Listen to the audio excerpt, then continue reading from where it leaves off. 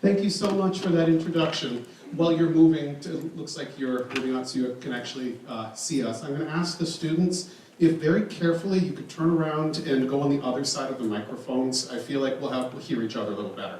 Thank you so much for taking a couple moments to guest host us this evening. We are Voices. We're the a cappella group from the high school. We meet one night a week. We have 2 songs to sing for you tonight, and then we need to head back to the high school because Monday night's actually our rehearsal night. So Mr. Smith graciously somehow managed for us to sing first so that we can really be in all places at once. First of all, we are singing a song that we took caroling back in December. It's called Carol of the Bells. We may be past the holiday season, but somehow joy never hurt anybody. We hope you enjoy Carol of the Bells.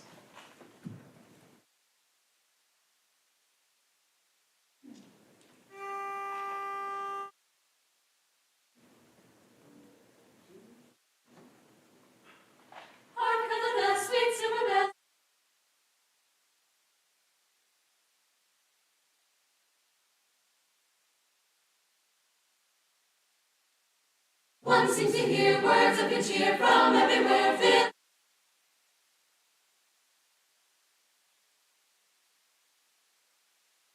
songs of good cheer. Christmas is here. Merry, merry, merry, merry, merry, merry, merry Christmas.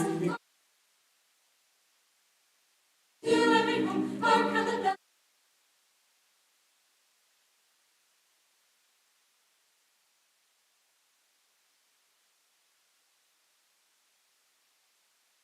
One seems to hear words of good cheer from everywhere, filling the air.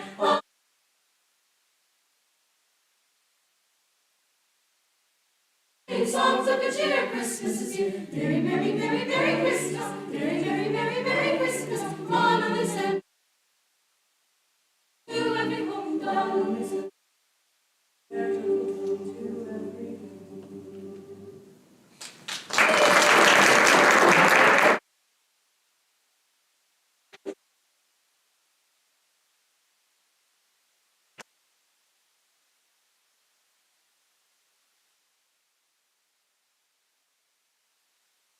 Thank you very much. As I'm looking at all the TVs around me, I figured you might have figured out that we're from East Hampton High School called Voices and we meet on Monday evenings. But just in case your vision wasn't working all that well.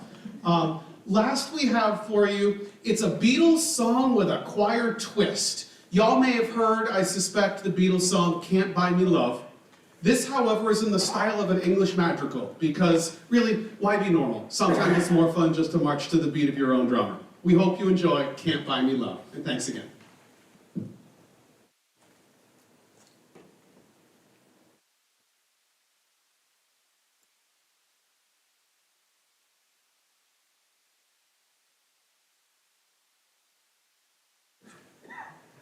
I'll buy you a diamond ring, my friend, if it makes you feel alright. I'll get you anything, my friend, if it makes you feel alright. I don't care for money. Money can't buy me love, can't buy me love. Everybody tells me so, can't buy me love. Love. I'll give you all I've got to give if you say to. I may not have a lot to give, but what I got I'll give to you. I don't care too much for money. Money can't buy me love, la la la.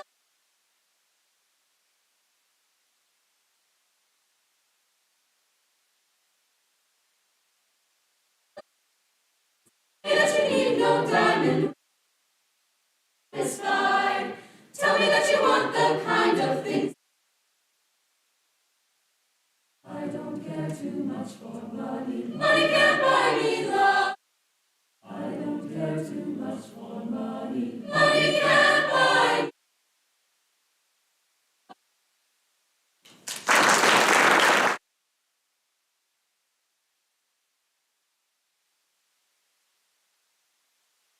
Thank you so much for your kind applause. I now turn it back over to, I assume, Superintendent Smith. And we're going to have the board come back to the seats, but while they do, Mr. Brown, when is the next concert for the music department? It's February 15th. It is a Wednesday night at the high school. Excellent. We will all be there, I'm sure. Thank you very much. Thank you all.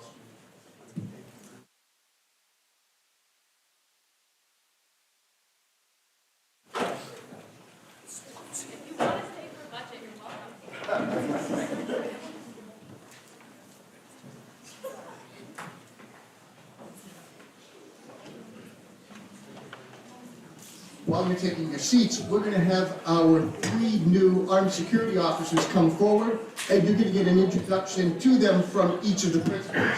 So we'll start with the, oh, don't be shy, please come forward, all 3 of our armed security officers.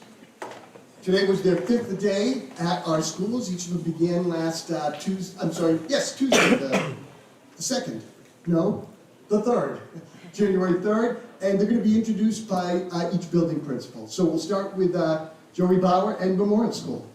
Okay. Happy New Year, everyone. We are very pleased to introduce Jerry Boynton as Memorial School's new ASO. Jerry began at Memorial on January 3rd, and he has been learning routines, trying to get to know the 545 students in our building. From the East Hampton Police Department, where he served our community for 24 years. Jerry lives in East Hampton with his wife, who is also a teacher in Colchester, and they have 1 grown son. In addition to keeping Memorial safe and securing our building each day, Jerry can be found greeting students in the morning during arrival, helping them in the cafeteria, and chatting with Memorial's learners on the playground. We are very happy to welcome Jerry to the Memorial School community.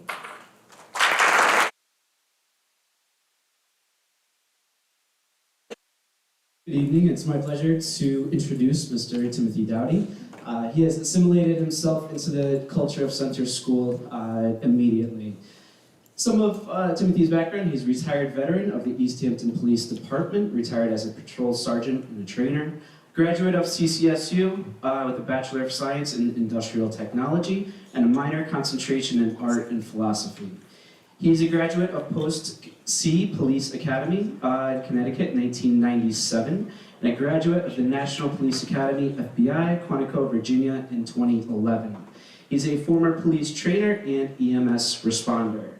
Some of his family background: he is married with 1 adult daughter. He's a musician, a guitar player, as well as a martial arts instructor for adults and children. Welcome, Tim.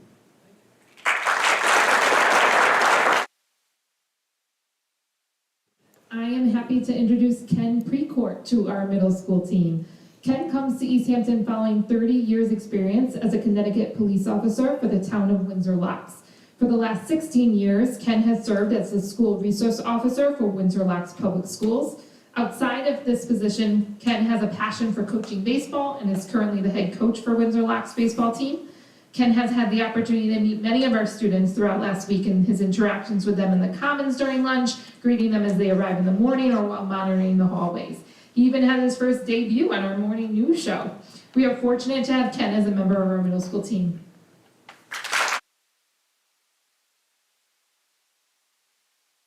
Thank you, gentlemen. I don't know if there were any particular questions that the board had. Tonight was an introduction after 5 days, and we have a little more training for them. But I'm sure if you visit our schools, you'll see their smiling faces. Thank you so much. Thank you.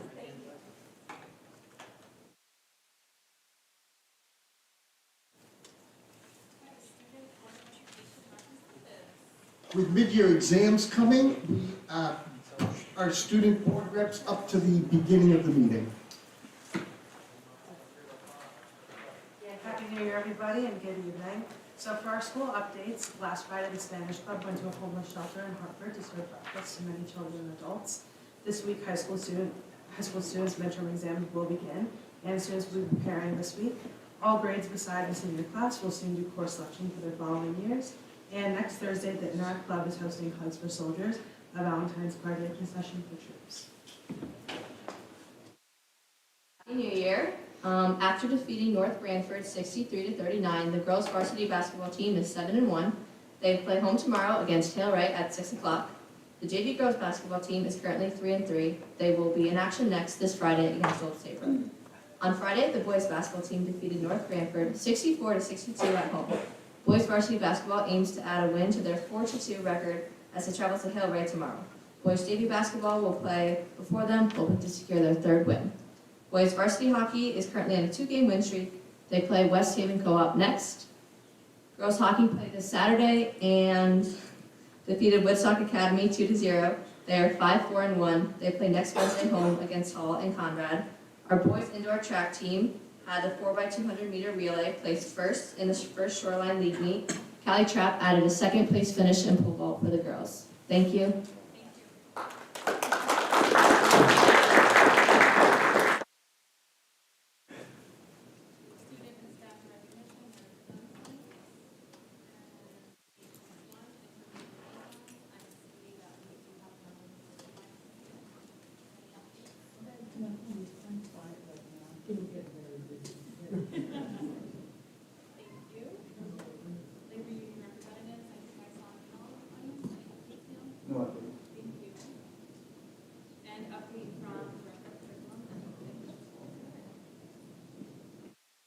Good evening, Happy New Year. As you know, we welcomed our student community back last week, so things are getting busy again. Believe it or not, our mid-year assessment window kicked off today, where our teachers collect performance data on students in order to measure their growth from the first half of the school year and to plan for the second half. The iReady diagnostic is underway in our K-8 schools, and additional assessments are also given at varying degrees at each grade level to get an accurate picture of student performance. As you know, we're in year 2 of the implementation of our K-12 district data dashboard, which really helps the teachers to organize that data, to collaborate around the data, and plan with their administrative team for that. So as soon as that assessment window closes, they'll begin that analysis and planning for additional supports for students as needed, as well as enrichment opportunities. Our instructional specialists provide these direct supports to learners in the area of mathematics and reading. The midpoint of the school year, which is fast approaching, also means that we will soon begin our mid-year meetings as part of our evaluation process for teachers and certified staff. Administrators will be meeting with teachers over the next several weeks to review the goals that the teachers set at the beginning of the year and to determine where they are in achieving those goals for student performance and classroom practice. Our District Professional Development and Evaluation Committee, or PDEC, will meet tomorrow. The committee has representatives from all 4 buildings and oversees our evaluation systems as well as the professional learning calendar. We will be planning our upcoming professional learning schedules, including an early release for professional learning on January 27th, as well as a full day of professional learning on Friday, February 17th. The PDEC reviews survey feedback from teachers to inform this process to determine what they feel has been successful and areas for additional needs. Just a quick update on our K-5 math program implementation. This year, the PDEC has been giving a lot of time for that at the K-5 level to ensure that teachers have ample time to prepare. The team also oversees our annual effort to survey parents, which we do annually each spring. So they'll be preparing that survey protocol for the spring administration. 2 quick updates on projects we've been discussing. Our middle school math department visited the Madison Public Schools last week to see illustrative mathematics in action.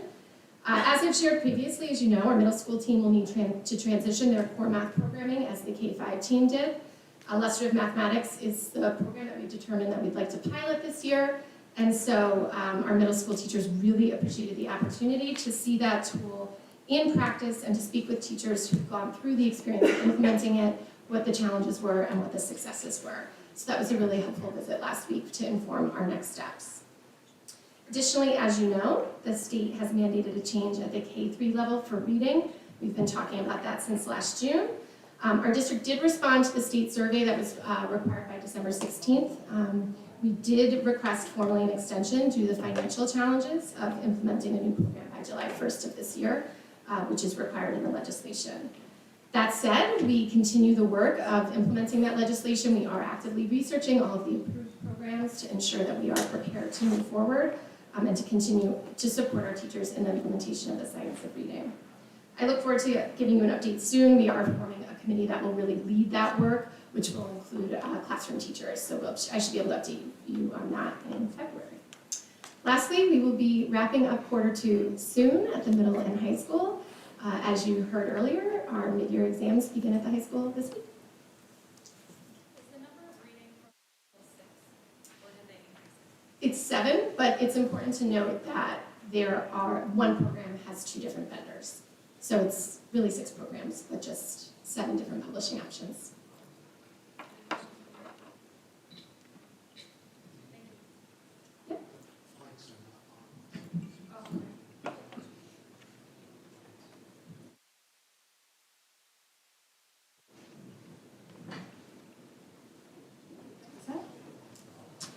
Well, while we are only 1 week into the new year, 2023 has already been very busy at Memorial School. As Mary mentioned, the mid-year universal and our kindergarten students will have their first experience with the iReady diagnostic. In order to prepare them for this digital platform, they have been practicing logging on and off and learning all about how the shift key creates an uppercase letter. Learning their usernames and passwords has provided our youngest cheetahs with plenty of opportunities to review letter identification as well as the difference between upper and lowercase letters. In an effort to provide an additional layer of support during the login process, our grade 3 helpers will be assisting our kindergarten students during the first few days of the iReady assessment. As is always the case, we are very proud of our 3rd graders for serving as role models to our youngest learners. As I mentioned in the fall, this year we have identified a monthly focus for our profile of the graduate skills, and this month we are focusing on wonder. This skill ties in nicely with the start of the new year, as students have taken some time to wonder about all that 2023 will bring. Their wonderings will also serve as a catalyst for independent research and informational writing projects going forward. Other exciting new additions to Memorial School include our ASO, who I just introduced you to, a school-based health counselor, and a climbing wall. Melissa Gelino is our new school-based health counselor. Melissa is a licensed clinical social worker employed by Community Health Center. She is currently at Memorial on Mondays to support students and families who have enrolled in the school-based health services, and we are very happy to have her.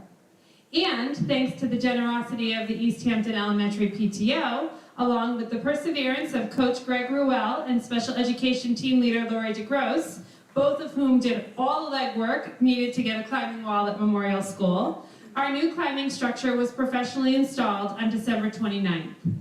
Last week, our PE teachers pored over the manuals, posted safety rules, and set up an overview for staff. And today, our students began climbing. The wall will be consistently used by all students during daily PE classes and will also serve as an additional tool for individual students who are working on a variety of sensory, motor, and behavioral goals. And finally, Barnabas the therapy dog continues to visit us every other Wednesday afternoon. He is a calm, friendly presence in our building, and he has brought many smiles to the faces of our students and staff. We are incredibly grateful to the volunteer organization Tales of Joy for matching us with Barnabas, and his handler, Kobe. Kobe is an East Hampton citizen whose own children went through the East Hampton Public Schools, and we appreciate Kobe's continued commitment to our school community.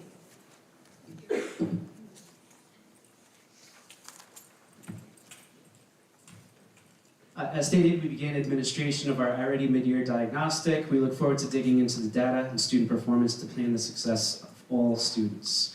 The Center School Invention Convention is up and running with the first meeting set to take place this week. We look forward to working with 30+ inventors, and the convention is mid-February, and we hope to send our finalists to the State Invention Convention at UConn in May. For the first time, we are participating in the Scripps Spelling Bee. Classroom finalists will participate in the school-wide finals Friday, February 3rd, with our winner going to the Connecticut Spelling Bee Finals in West Hartford on March 5th. Today, auditions wrapped for the Center School play Little Mermaid Jr. Director Karen Wana, Center School staff Emma Gould and Mary Sawyer, along with high school student Clara Seigan, who I believe is here tonight. Thank you, Clara. helped with the 40-plus students auditioning for the main roles in the play. And we continue our partnership with the Connecticut River Salmon Association as we expect a delivery of a few hundred salmon eggs tomorrow that will be cared for and released in the Salmon River in April. Mr. Dowdy was formally introduced to our staff at a faculty meeting last week and will be formally introduced to students at our assembly on Friday. I asked if he wanted to showcase his guitar skills, but he declined.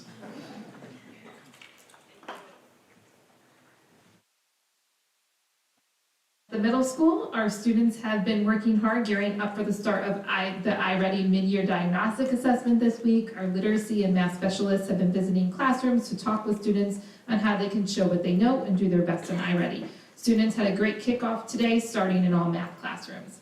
We are excited to be announcing that rehearsals have begun for our March performance of Guys and Dolls.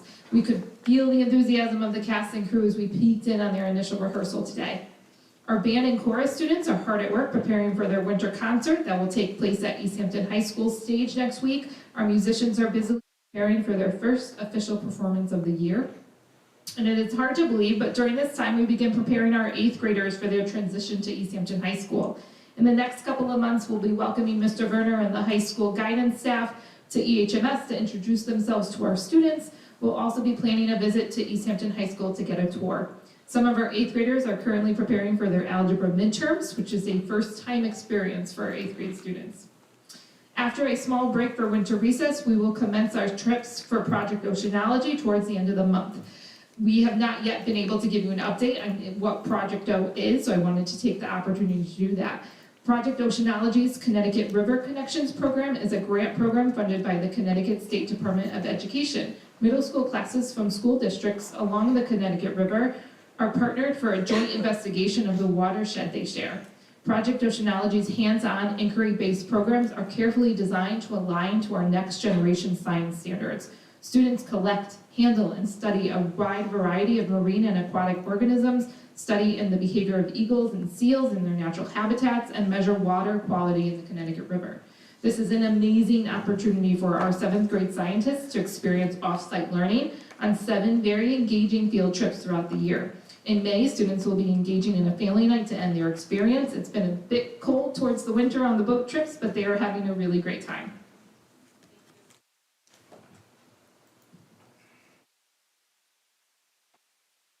As you heard previously, the high school is getting ready for their mid-year exams.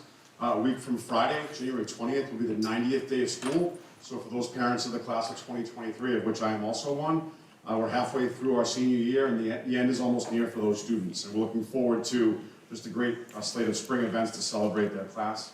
It's my first full class to go through the high school, so I feel I have a really strong connection with this group and really do enjoy working with this group.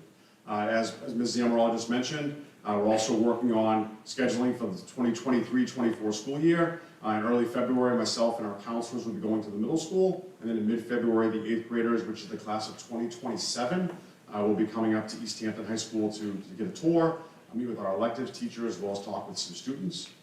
This past Friday, on January 6th, the Spanish Club volunteered at the Salvation Army Marshall House Shelter, and they made breakfast for residents and conducted activities surrounding Three Kings Day. And for you junior parents, on January 24th, will be our first junior parent evening, which will take place at 6:30. We'll begin discussing post-secondary options for members of the class of 2024. And those options include the military, 2- and 4-year colleges, as well as trade schools in the workforce for members of that class that are interested. And finally, the drama club will begin auditions for the Addams Family, and I know I'm looking forward to the wonderful set that Mr. Briggs is going to begin working on as soon as our winter concerts are open. Thank you. And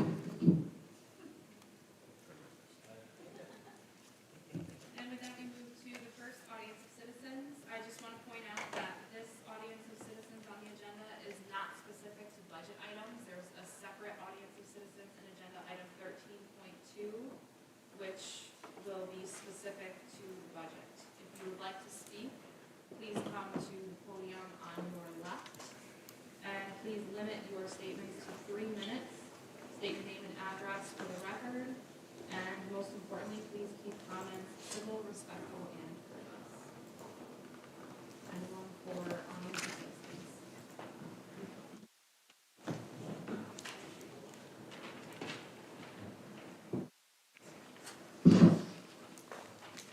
Hello, my name is Steve Capetta. I live at 14 Daly Road and I have 2 young daughters.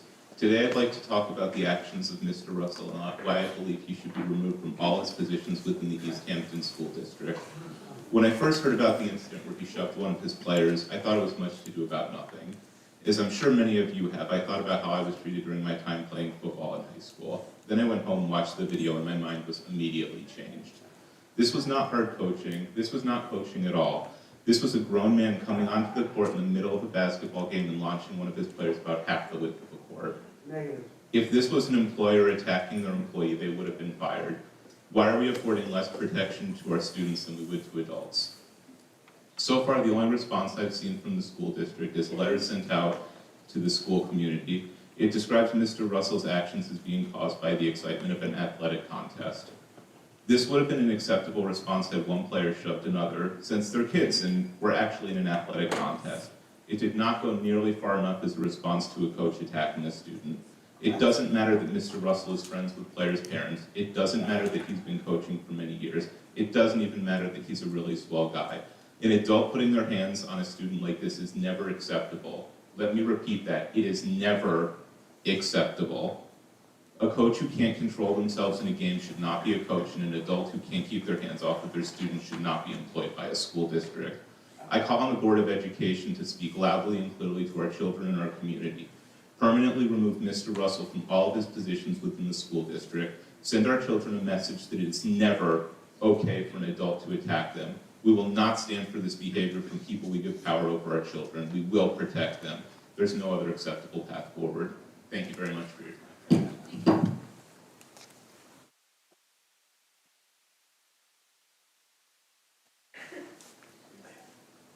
Good evening. My name is Patricia Daly Banning, and I'm a resident of 85 North Main Street, 64-year resident of East Hampton. And I'm here tonight in support of Sean Russell. And I wrote this letter to the Board of Education, and I'd like to read it to you.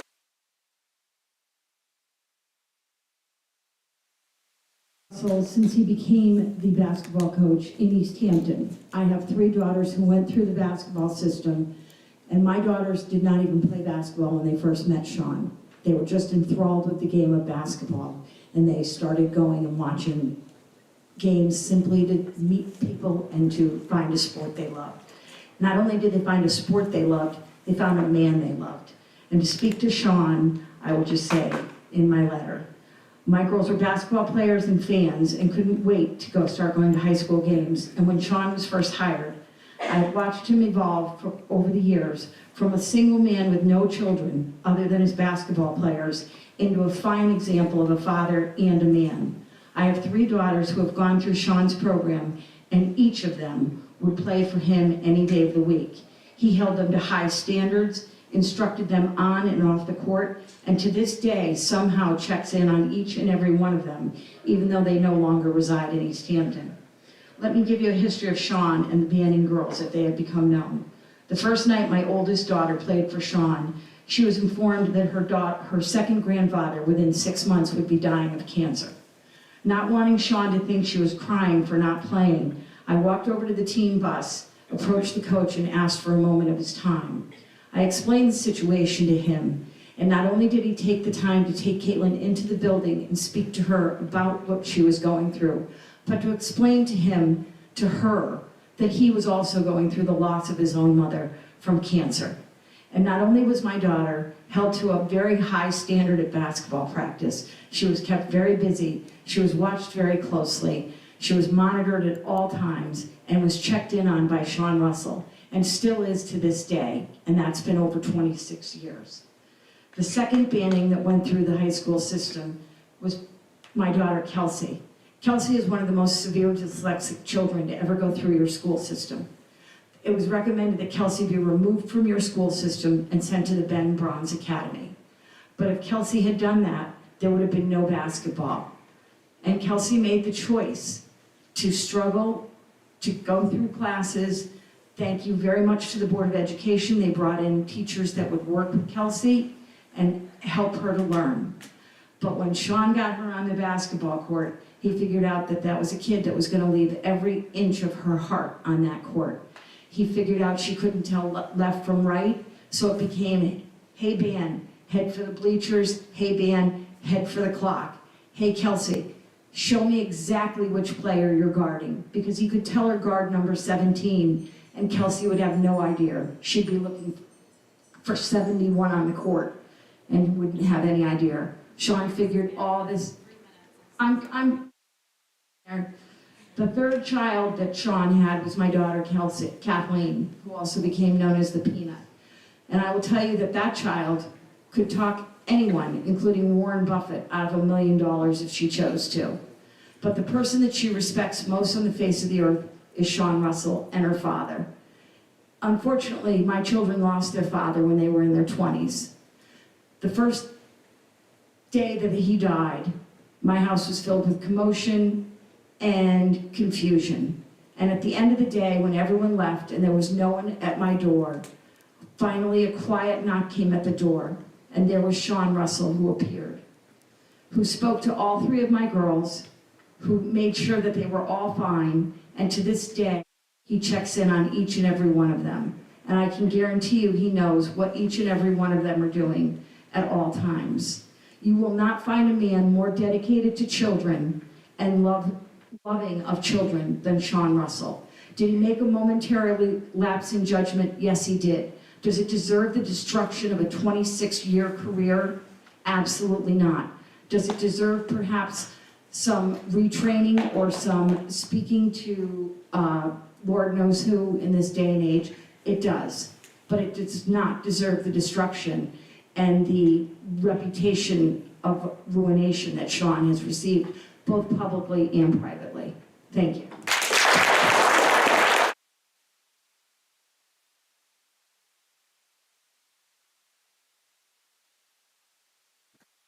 Hello, my name is Leah Kohler, and I live at 31 Daniel Street. I am a junior at East Hampton High School and a member of the girls' basketball team.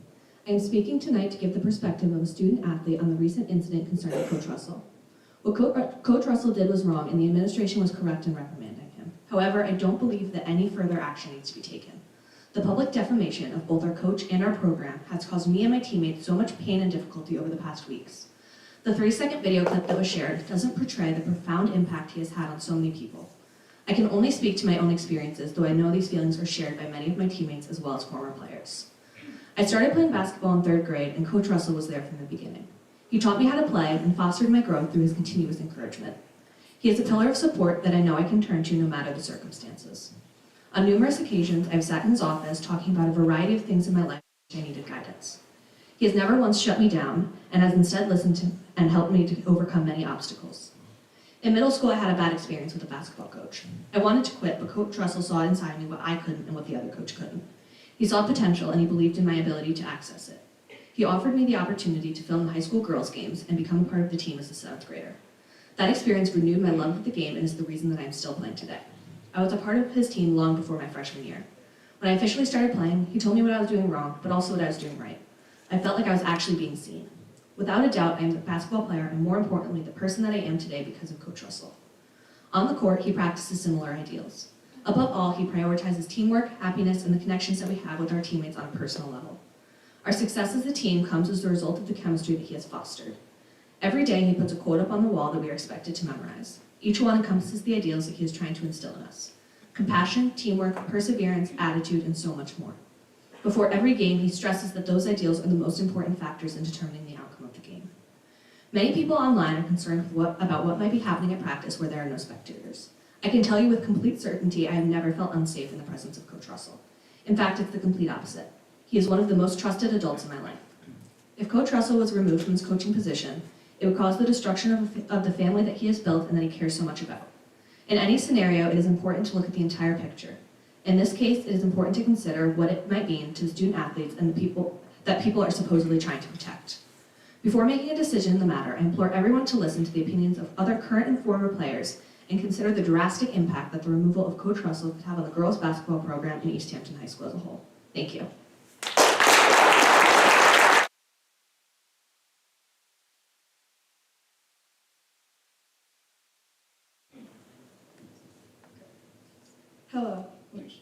Hello, my name is Liana Salomon and I live at 23 Bevan Boulevard. I am a sophomore at East Hampton High School and a member on the girls' basketball team. I just wanted to speak upon the current situation going on with Coach Russell, and since there's so much negativity going around right now, I would just like to shine some light on the positive. I just wanted to start off by saying that I wouldn't be the basketball player nor person I am today without Coach and everything he has taught me. He has allowed me to take my game to the next level and accomplish so many of my goals. However, that is not all it's about. I've been playing the game of basketball for 6 years now, and I've never been on a team like this one. From team bonding to Secret Santa to bus rides and amazing wins, I have never felt closer to a group of people. I believe that this incident has been blown way out of proportion, and people are taking it far out of context. I don't see the reason to punish him again and again after he's already sat out of practice for a long period of time. His absences have truly had a detrimental impact on the team. It is not fair to the players that such comments keep circulating around from people that don't even know him personally. It is obvious that they don't take into account how much they are really hurting us. For anyone who even knows Coach Russell the slightest bit, they would understand that basketball is way more than just a game to him. On days that it is possible to get in the gym early, he makes himself available to any of the girls, even if they just want to work on a skill for 10 minutes. Nevertheless, every practice he sets aside time to go around to each individual on the team and ask us, how are you doing? I know this might not seem like a lot, but words like this can go a long way, especially with those who have trouble opening up. Another great thing about Coach Russell is that he pays attention to the little things. Whether it's making sure our feet touch in the group circle at the end of practice, or making sure we not only memorize the quote of the day but understand it, or even communicating our game plan to us days prior to the game. Coach Russell has taught me so many life lessons that don't even relate to basketball. For example, a candle loses nothing by lighting another candle. This was one of our past quotes that has stuck with me and helped me not just in basketball but life in general. I can confidently say that he has impacted me more than any other person I know, and it would be heartbreaking to see what he enjoys doing so much be ripped away from him. I understand that this is out of your control, but I just want to speak about this anyway. I am hoping that this can somehow show just even a little bit of how much I appreciate and love Coach. I hope he will be back with us.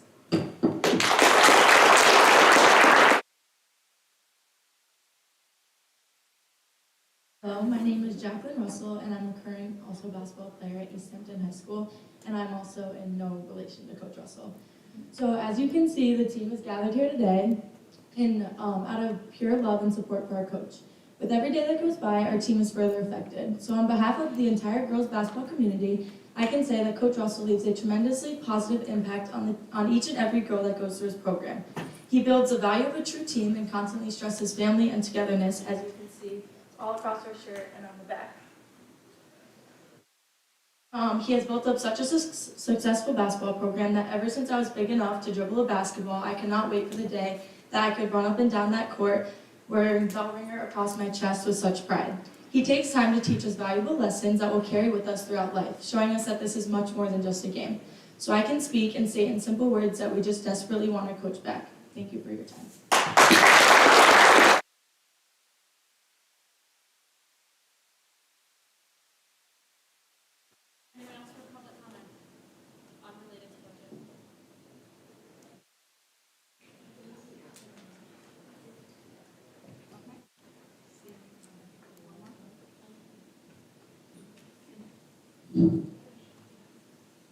Well, this was unplanned, but appreciate the opportunity. I'm Andre McMillan. I reside at 11 Island View Terrace in town. And, I just wanted to thank the young ladies that had the courage to come up and actually stand and speak to the board on behalf of their coach. It's just great to see. It really is. So I'm the father of an adult who played for Sean Russell. And I have an 8th grader who is desperately wanting to play for Coach Russell for 4 years. And so, I provided a letter to the board. I hope you took some time to be able to read it and give it some thoughtful consideration. I spoke to the high school back in November timeframe, and I shared with them, I said, we're not just raising adults. We're raising kids. We're raising adults. And as I think about the future of America, and I think about East Hampton, I'll share with you, we've been here 15 years. We've moved 12 times before that, twice internationally. And I saw East Hampton navigate the pandemic. And I applaud how you actually handled that. How I had 2 seniors actually go through the school system and had a graduation that was actually truly commendable. And my entire family across the globe noticed that. And here you are, you have another challenging decision to be able to make. And without a doubt, what these young ladies shared, they spoke to the character of Sean Russell. They did not speak about the incident. And so as you think about retaining the type of people that are raising adults, the type of people that we need to ensure that the future of America is secure, as a person that serves in uniform, these people will be sitting in your seats. They will make decisions on whether we should act in Ukraine, act in Taiwan, and act in Iran, because the world's not Disneyland. And so when I look at Sean Russell, he's doing much more, much more.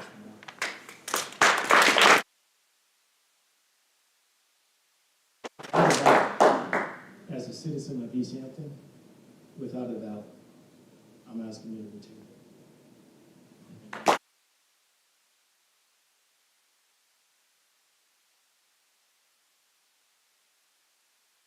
Anyone else for public comment?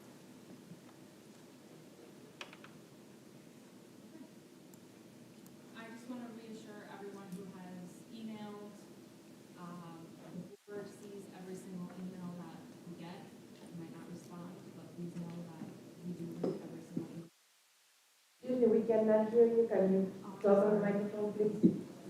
Can you hear me now? Yes. I just want to reassure everyone that the board receives every single email that is sent to us, and we read every single email that is sent. So thank you to everyone who has reached out, even if you didn't speak here. We have received any comments that you've made directly to the board.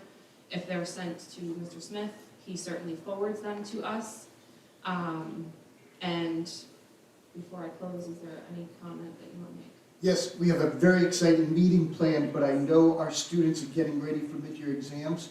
So if you would quietly like to exit, now would be a good time.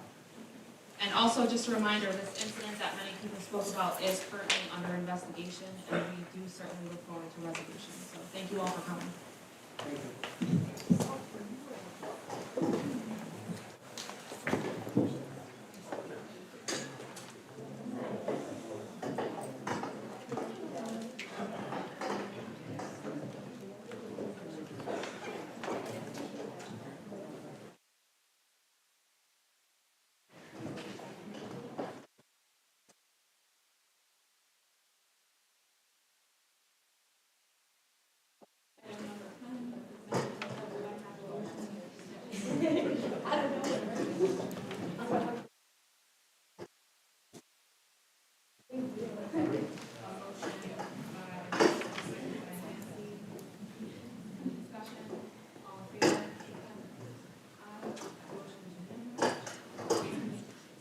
Committee report, personnel,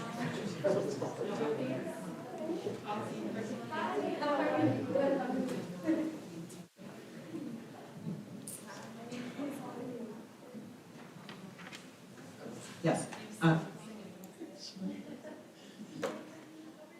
We did not meet tonight, but we do have a policy to go on later.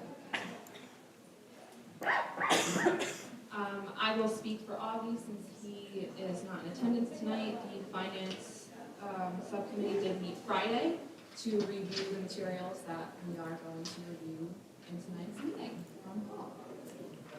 And with that, we move to communications and superintendent's report. Board members, I apologize, I don't know why the table mics are not on this evening, but it is difficult for people, even in the middle of the room, to hear you if you don't use the mics. Just a quick January enrollment. You can see that there's not much change from December, which is typical. And just an update on the roof project. Shelley Sabula is our point person. She has done a tremendous amount of work assembling the papers and documents that we need. As you recall, we submitted everything in December. However, when she called in January to make sure that they had looked at it, which they had not, they explained that they did not like the way our NEDSTEC projections were included, even though that's how we were told in the manual to do it. They had some questions about some of the information submitted by the architect, and then we needed to submit the minutes of the December meeting of the town council in which the funding was guaranteed for the project, even though in the application it says you just need to give a date. So we actually resubmitted let me check that. Shelley resubmitted the entire, and it's a whole new form, you've got to fill everything out, she resubmitted it, and we are hoping that we will hear from the state in the next couple of weeks. This really needs to go out to bid in February, March, because we want to get in line. It must be done over the summer. We can't have this project done while students are in the building. And so we want to get in the queue for whatever company wins the bid process so that they can start 10 minutes after school ends on the last day of school in June. Any questions for Paul? Thank you. I know we have some people in the audience. If you did not get a copy of the budget documents, we'd be glad to send them back to you. Mr. Briggs, would you be our designated handout? Thank you.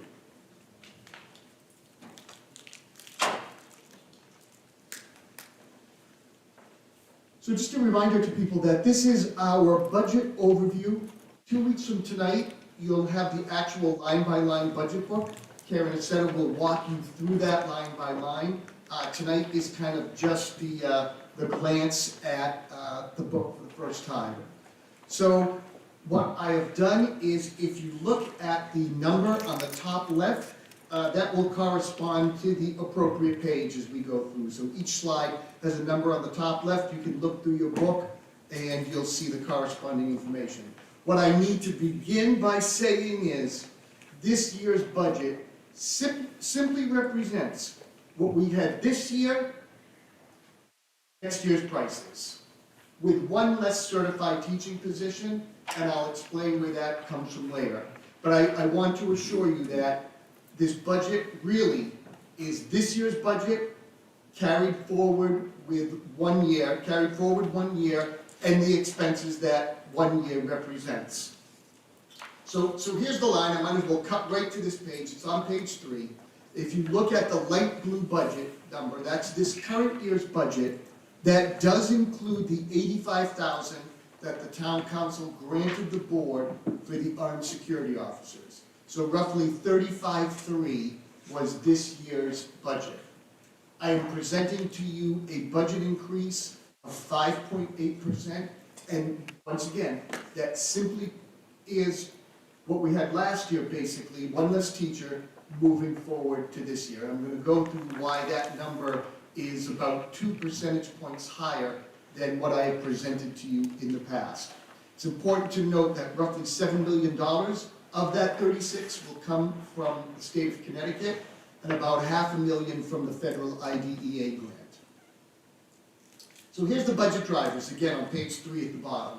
And if you're looking at the book, the title I have for the second column is a little confusing. So use the title that's up on the screen here. It really is, it's not the percentage of increase from last year, it really is the percentage of the 23-24 increase, that 1.9 million.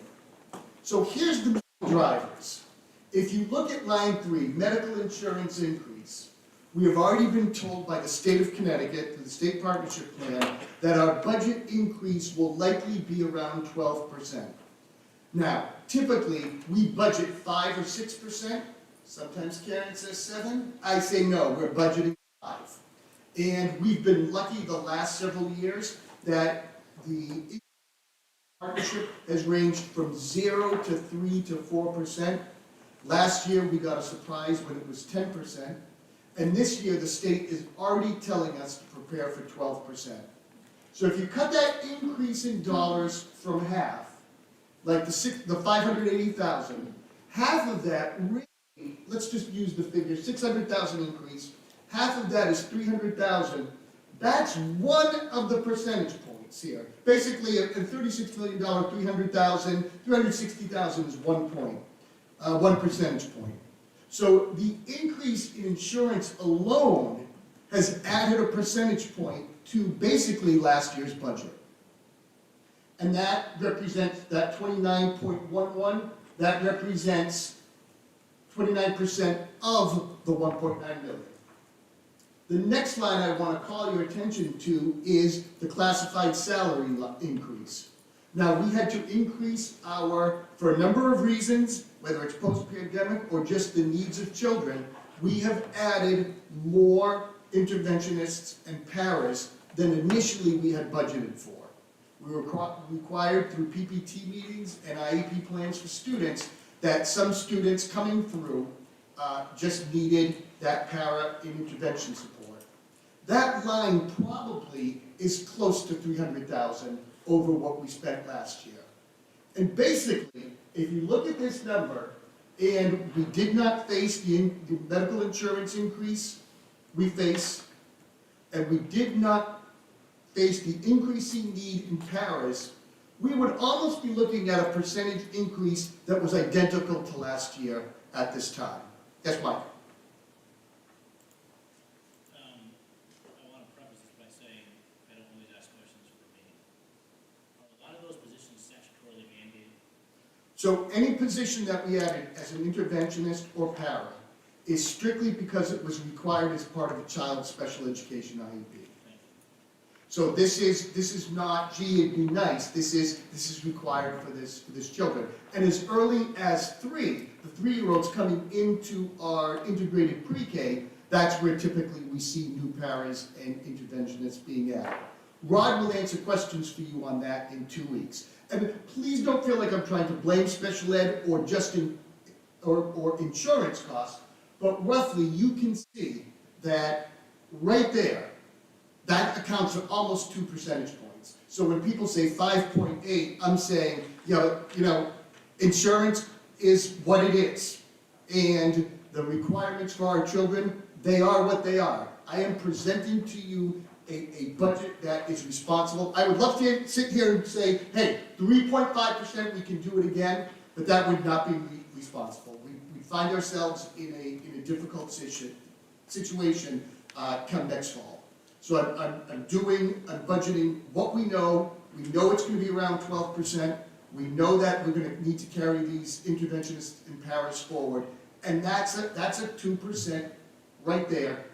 That's where we're getting 5. So I don't want people to look at this 5.8 and say, oh my God, what are we trying to do? We are just trying to meet our needs and carry them forward.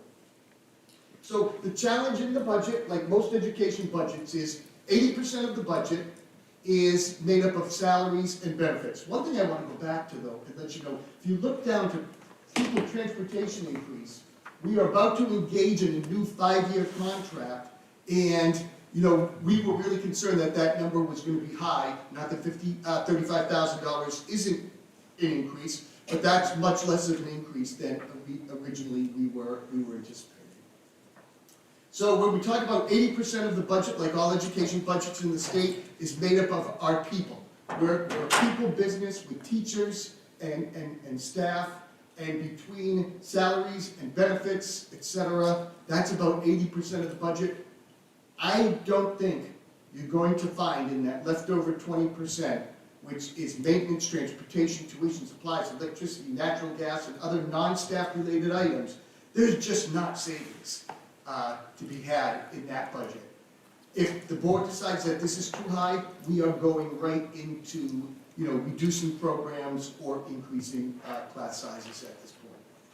I want to make sure that you take the time to read page 4. I'm not going to read it, but I think you have to understand that we are still dealing with post-pandemic needs.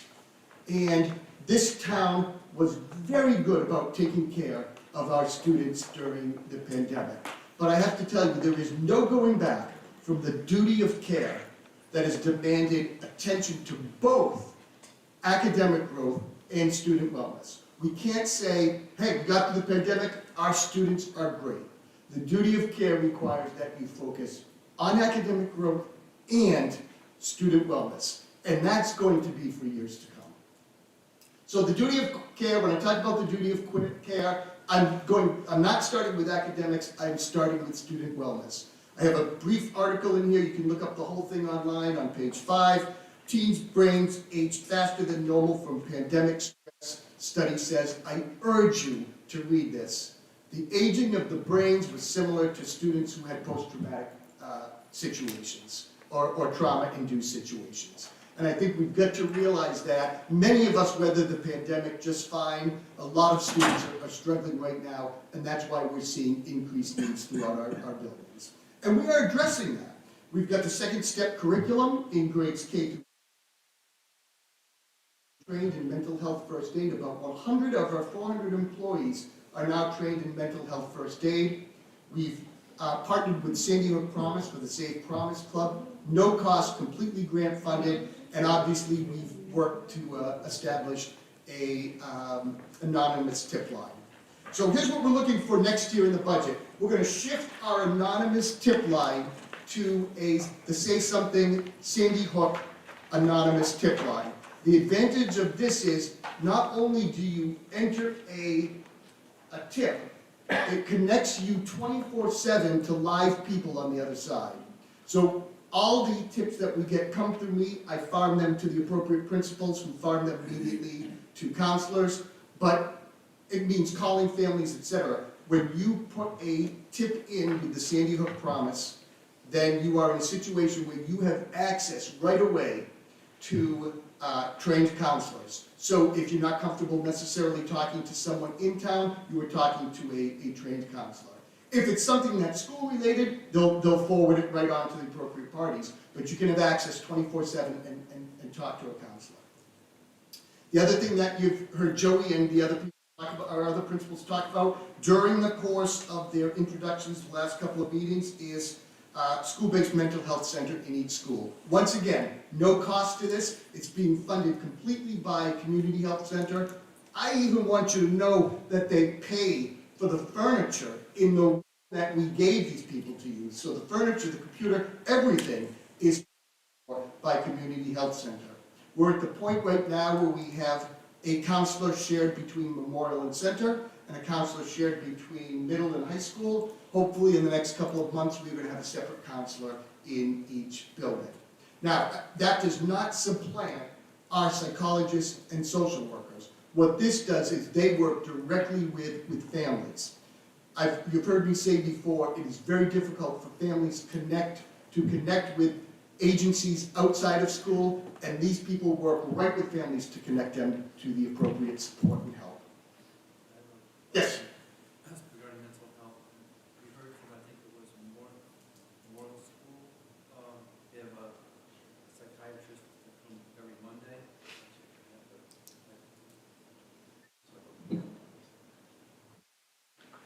Social work. Thanks. Yeah, I was wondering, considering, I think the Memorial School principal mentioned that there was a psychiatrist, a psychologist that's there every Monday. And now you're talking about these health centers and stuff. So my question is, are we overwhelmed or are we good with what we have?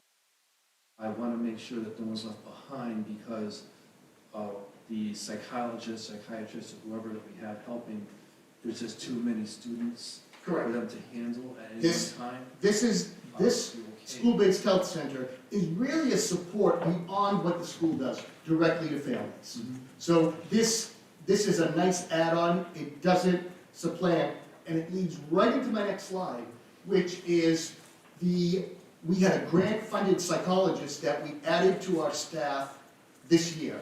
I don't have the funding to carry that person forward with a 5.8, so Rod has applied for another grant so that we can keep that psychologist. If you don't get the grant, we'll actually be down one psychologist. But are we, or are these people overwhelmed by the need? Do we need more? Or Yes. are we okay with what we have now? No, you need more. We need this position, we need this grant to come But I through. mean, for what they're handling, they're not overwhelmed. They can only handle 10, but they've got 15 or 20 students and they can't handle them all. Some people are being left behind because they don't get all of them. Well, I would say we're leaving people behind. I don't want to create that impression. However, we need more psychologist, social worker support in the schools. Okay, but we're not overwhelmed present. We're good with. I don't want to use the word overwhelmed. I think that there is a need. There is an absolute need. Mental health needs of children and families are complicated issues. It could take a social worker an entire day to just work with one student in that family. So, while they say, okay, I only have 25 students I'm responsible for, one student can take the day if it's a complicated DCF situation. So, on page 6, you see that we're hoping that a position we had this year, I can't afford to put this in the budget, so we're keeping our fingers crossed that we get this grant.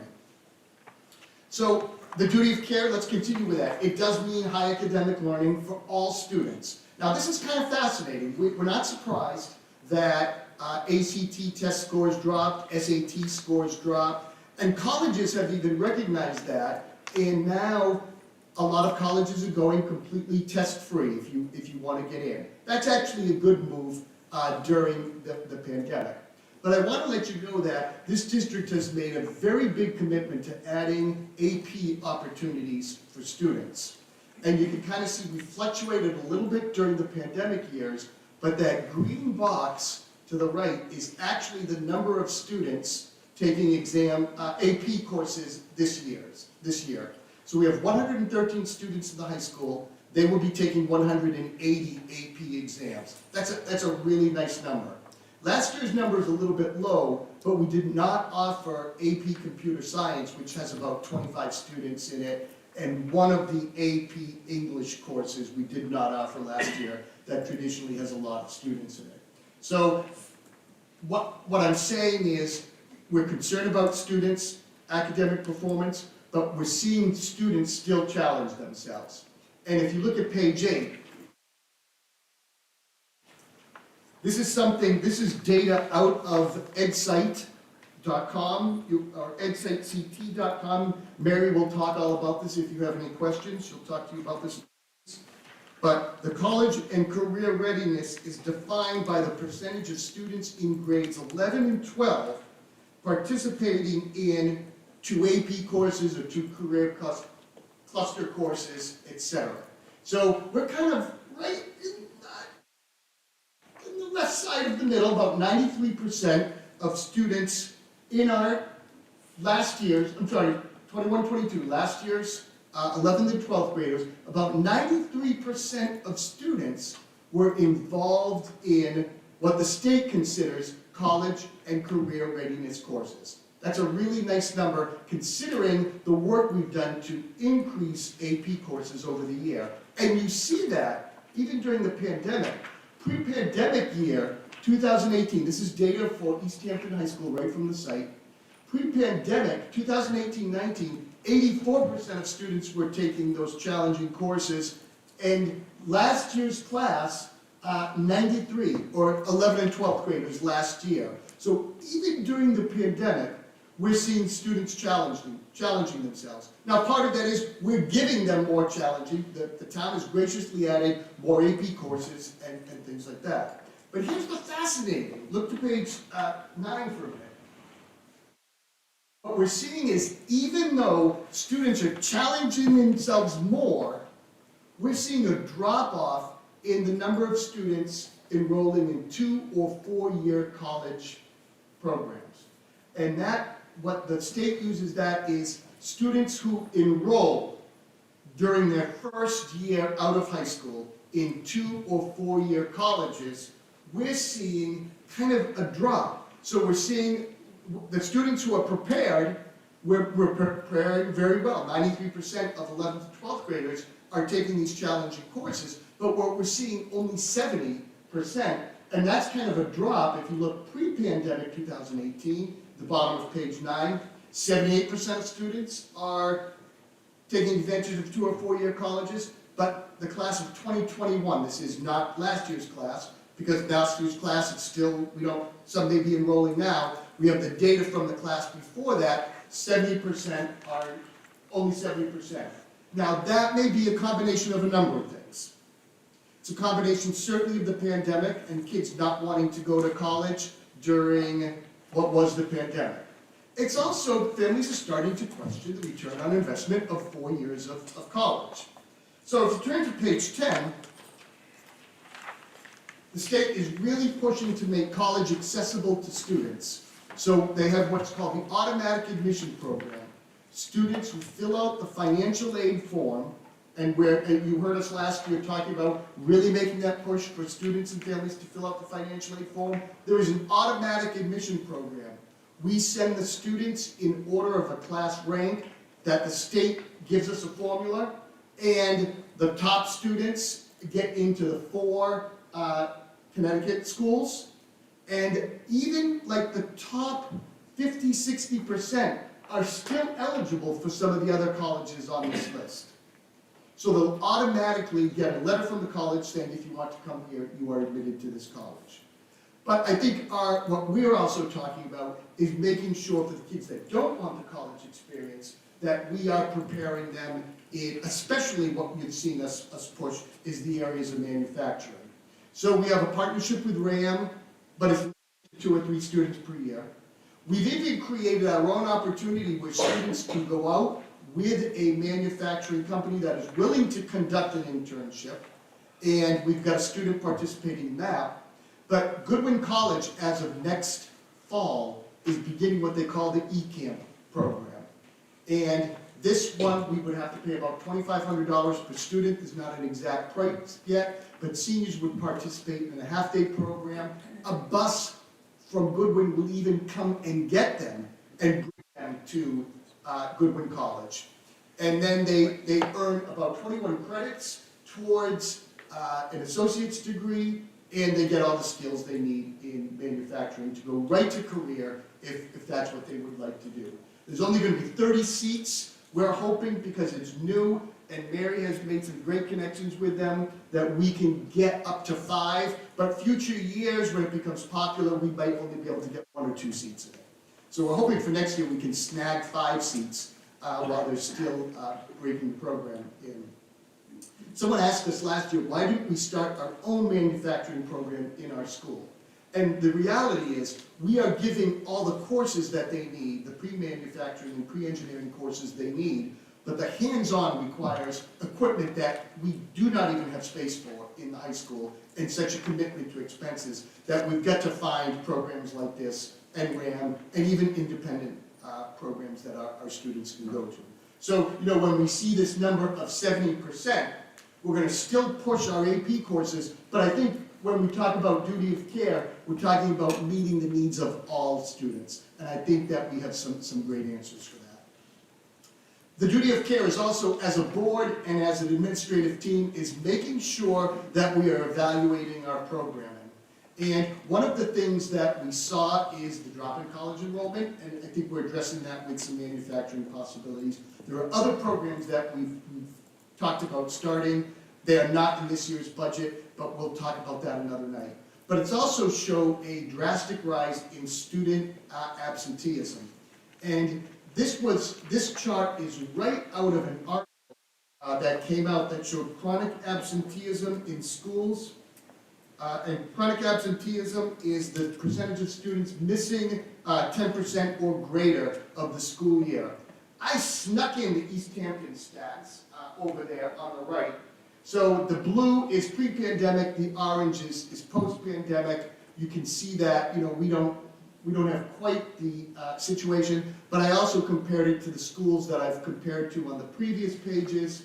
You see the state average. You see our attention to make sure that our absentee rate is as low as possible has been successful, compared to some of the schools around us. Each school has an attendance committee, and we're doing our best to share state guidelines with families. It's difficult when something like before Christmas hits and 11, 12, 13% of our kids are out because of things. But what we're doing is we're not putting pressure on families, but we are calling attention to students being in school. A fascinating article on page 12 that experts say schools could recover pandemic losses by 2028. And I have to tell you something. There is no way we are waiting until 2028 to say, oh good, now we're caught up. So this, out of the same Insight report, same schools, here's where we compare to on track for graduation. And on track for graduation by the state is the number of 9th graders who, at the end of their 9th grade year, have earned at least 6 full year credits. So you can see, compared to a lot of schools, we are in very good shape. Just to let you know, before the pandemic, we were running at 98.5%.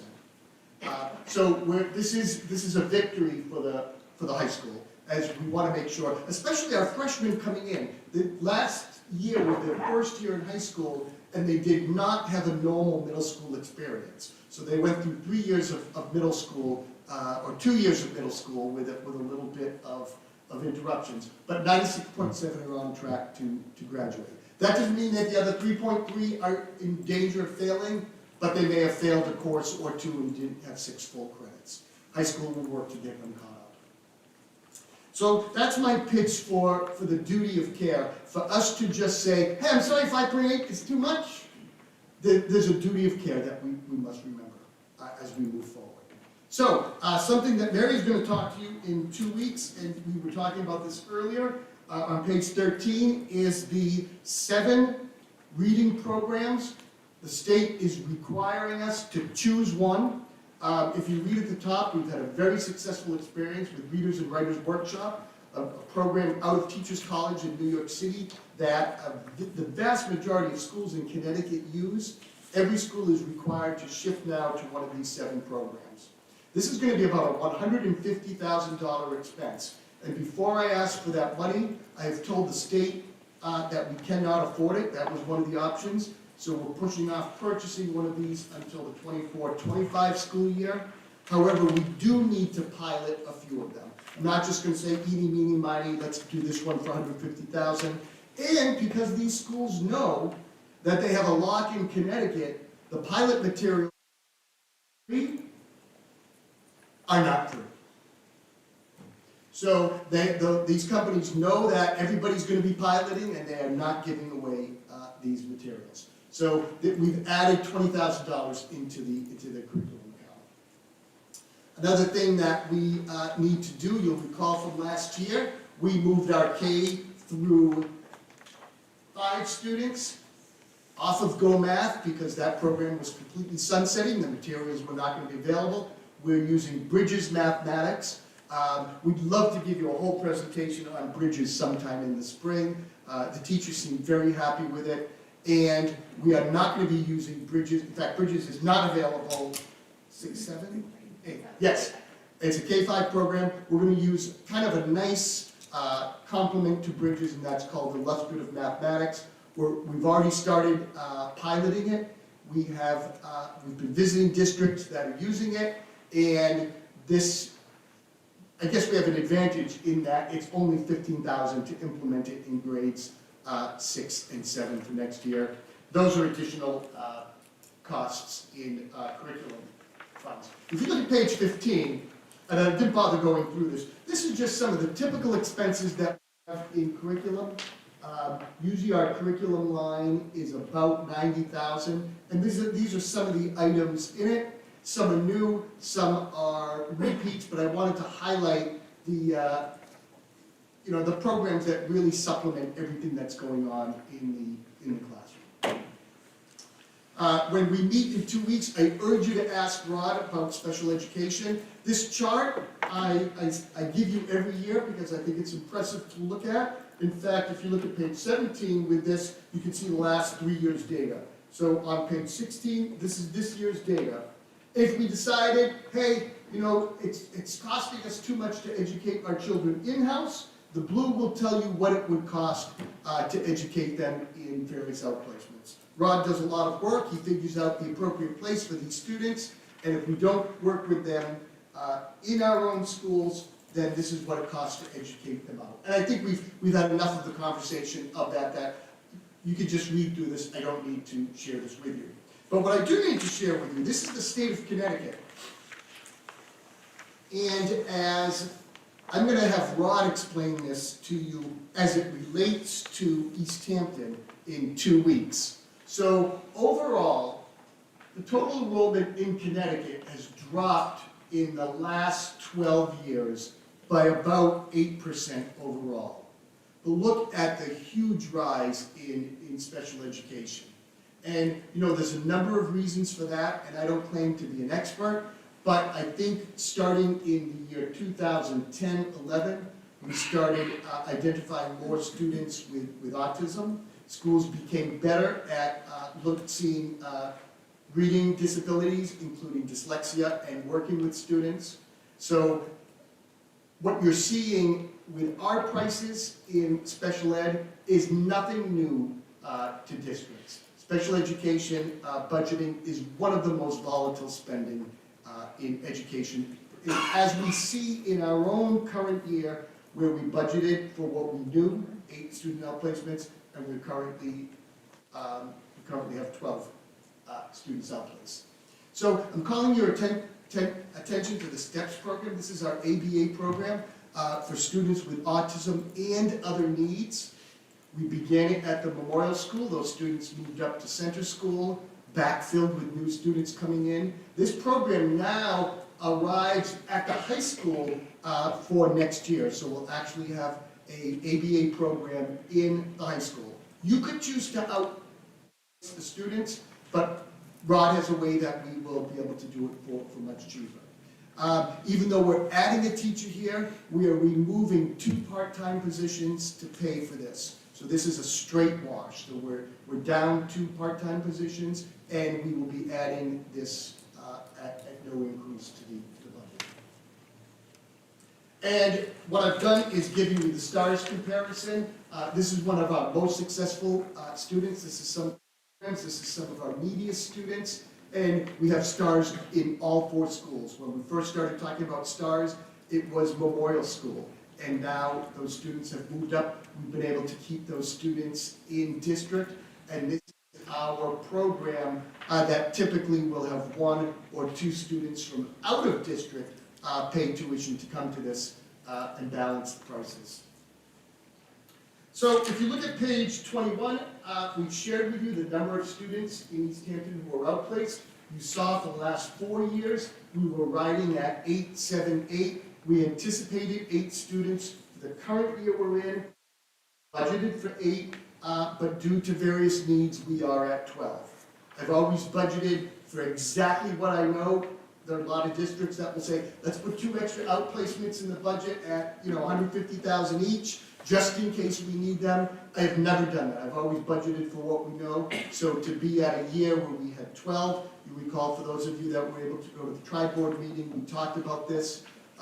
This is causing us some angst in this current school year budget. And then here's just the percentage outplaced. You can see that our special ed students, we're seeing an increase in special ed students, like the state of Connecticut. Our chart, our trend is upward. And even though it's 12 students, it's still, we're keeping under 3%, or I'm sorry, under 4% at outplaced. So, I said this earlier, Connecticut is one of 4 states that has no system for special education students. So we are not the only town looking at our special ed costs and saying, how do we get this under control? And I'm not blaming special ed, but the state of Connecticut is not helping towns with special education. It's one of 4 states that does a poor job at supporting students with special needs. It falls right back on the towns. So the duty of care becomes ours. There's volatility, there's unpredictability. We could have 2 more outplacements this year. We're budgeting for what we know. We could have 3 more next year that we don't know. We're just doing our best to house as many students as we can in district. Technology, you'll see a little increase. Page 23, I've broken down exactly what it's cost, but as you can assume, everything is going up this year, and Chromebooks are going to be about $12,900 more expensive. As you are aware, we're still doing the same allotment of Chromebooks. They get them in grade 1, they get them in grade 5, they get them in grade 9. This, if you look at page 24 and 26, 28, 30, you'll see that I'm identifying exactly where teachers are going to be for next year. I want everybody to know exactly how many, and there could be some reassignments of paraeducators because we don't, if we need them in a different building and the need is a little bit less, we may move them. But I also wanted the people to see, because the town did this, I wanted it to be very clear, 2009 as compared to 2024. So 15 years passing, Memorial teachers, we have less. We have obviously more special education teachers. Administrators have remained the same. Paras, we have less, but the memorial interventionists obviously gone up. Interventionists work with our students with autism. There was no program in 2009 for them. So the interventionists are working with students with autism and other students with need, but you can see that that's going to be the theme for several of these. That we have less classroom teachers, we have more special ed teachers, we have less paras, we have more interventionists. It's going to be the same right across the board. So look through that. If you have any questions about where we're placing staffing, please keep in mind, like I said, if we have a need in a certain building, there could be some shifting, but basically this is where we anticipate people being next year. The building positions I kind of broke down because those numbers are small. These are the numbers of administrative assistants. So, paperwork becomes a little more complex.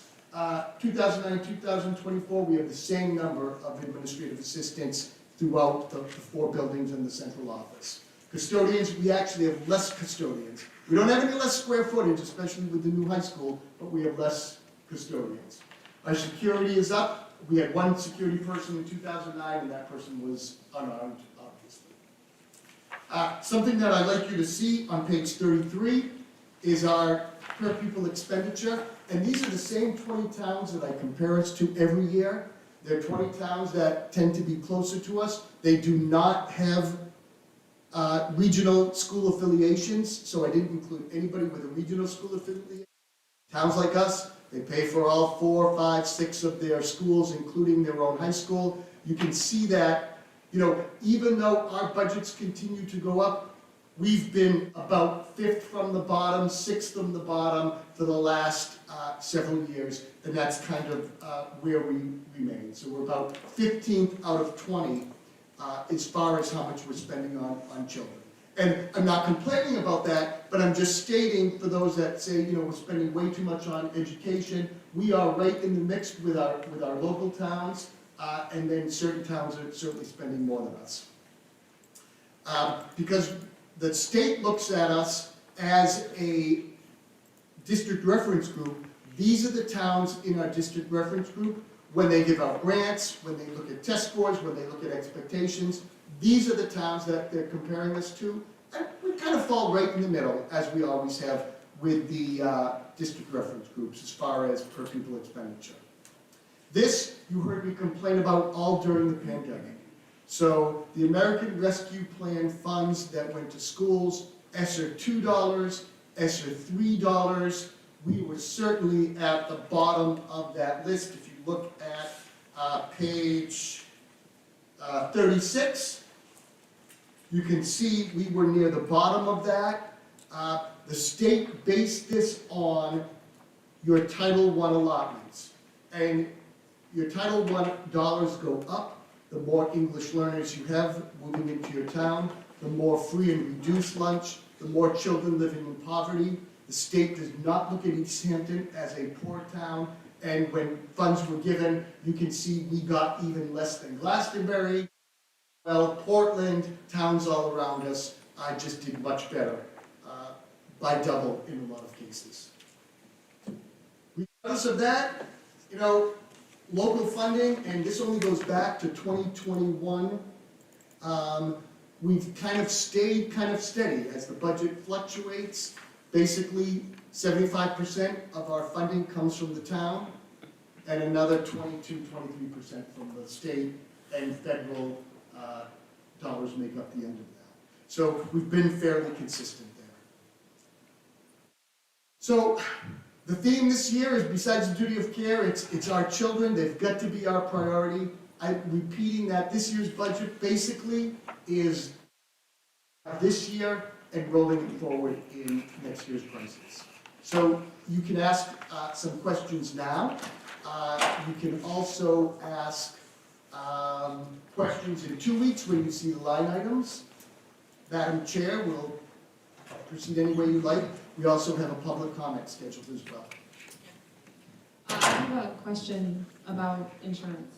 So after last year's hike, I know that there was a conversation that we would be consulting with a broker to discuss other options since the state partnership plan increased so drastically. Do we have any information on the outcome of that and if that would reap any cost savings? Sure. So Karen has worked with Brown & Brown. They are a broker for insurance. We can't go out and insurance companies don't want to talk to us. It's got to go through a broker. So what they do is they look at your experience for the current year and 1 year before that, and they bring that to insurance companies and shop for us. The best offer we've had, and you've heard of insurance rates going up all over the state, is 12%. So, you know, it doesn't make sense to just jump from a 12 to another 12 and cause all sorts of upheaval. You've got to sit down with every union and get them to agree. If we could find something at 4 or 5, I would sit down with the unions. But right now, the best offer I think on the table is a 12. Just doesn't make sense to bounce out of the state partnership for that. Thank you. Another question I have, so the special education increases, I know we are not isolated in that topic. On your meetings with, you know, State Department of Education, is there any conversation happening about any changes that might be made moving forward in terms of funding for special education, considering the fact that this upward climb is unsustainable? No. Okay. There's a political action committee that is doing research that is suggesting some sort of special education pool. Everybody put their money into that pool and take it out as you need it, but there's very little movement on anything to support. What they are changing is, as soon as we pay 4.5 times our per pupil tuition for a student, the state is supposed to reimburse us 100% of anything over 4.5 times. Now, the special ed outplacements include transportation, which can be $300 a day, and tuition, which can be $100,000, $120,000, etc. So you can see that it would not take too much for outplacements to be over 4.5 times. The state always promised to reimburse 100%. They have never reimbursed 100%. It's somewhere between 68% and 72%. However, they did add money, and Rod probably can tell you a little bit more about this, or Karen in 2 weeks, if I don't explain it very well. They did add money, and they're grouping towns into 3 categories. So they take the town that has is considered the richest town in the state by the Anglic measure they use to the lowest. The top third are going to get 68% reimbursement, the middle third are going to get 70%, and the bottom third are going to get 72%. We fall right on the cusp, we're almost at that 68%, but we managed to squeeze into that 70%, from what we understand. Am I speaking correctly, Rod? I think so. Okay. That's still far from 100% reimbursement. Thank you. Other questions from the board?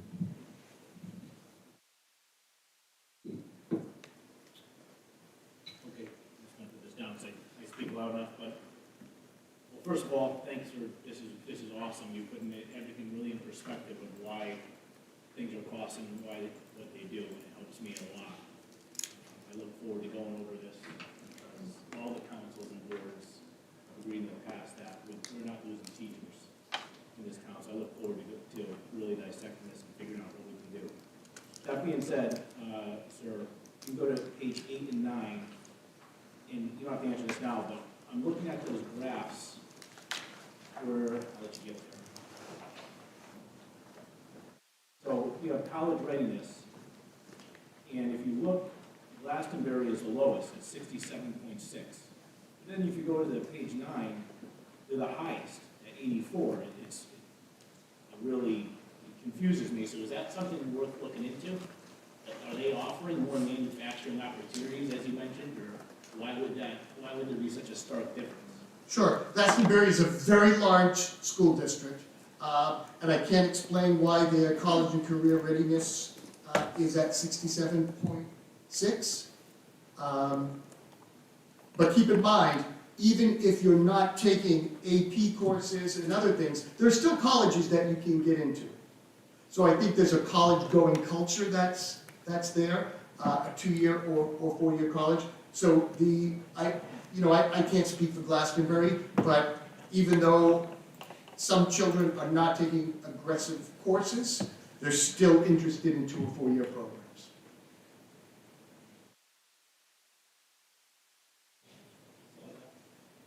You know, I'm torn. Do we try to push that 70% up? Is it a result of the pandemic? I certainly want to push that number up, but I also want to make sure we're leading kids into, careers right away, if that's what you're interested in. Or let me put it this way, not lead them to careers, prepare them for careers in manufacturing and other programs if we can do that. Other questions from the board?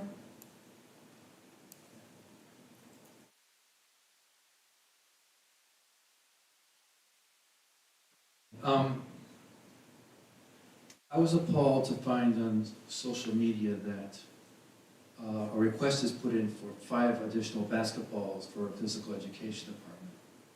And couldn't find that request in the budget requests for physical ed. I saw for additional teacher, but maybe I missed, it's a pretty thick book here, so I might have missed something like that. So I was wondering, I think we pay enough in taxes that we don't have to put a request out for additional basketballs for our education. I was wondering what's going on there. Well, each of our PE departments does get some supply money, so I'm surprised that we can't find dollars for basketballs. If I'm misspeaking, I personally will pay for 5 basketballs. There was requests in there for additional sports programs like pickleball at the middle school and other things like that right now I just can't support. But for simple needs like that. There should be plenty of basketballs in each gym for our PE classes and our sports. So can you look into that? I will do better than that. I'm going to tell Mr. Verner, I will buy the basketballs myself.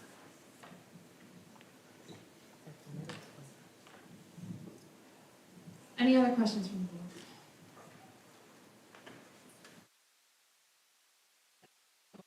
the board? For public comments specific to the budget. If anyone would like to come and speak specific to the budget, please come to the podium and I will be glad to hand you the microphone.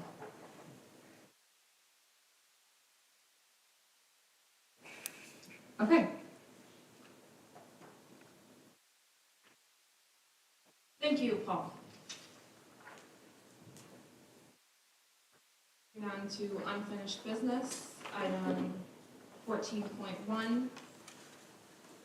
Review and recommended Board of Education policy, gifted and talented policy 6172.1, which is a second. I would like to make a motion to accept the recommendation of the Superintendent of Schools and Education Policy and Curriculum Committee to approve policy 6172.1, gifted and talented policy.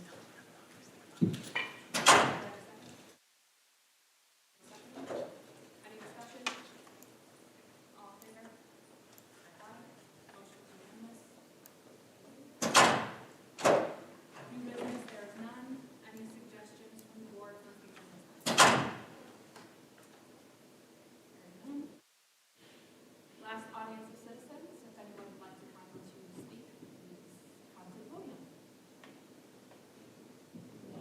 Item 19, calendar of events. Paul, anything you want to call special attention to the calendar?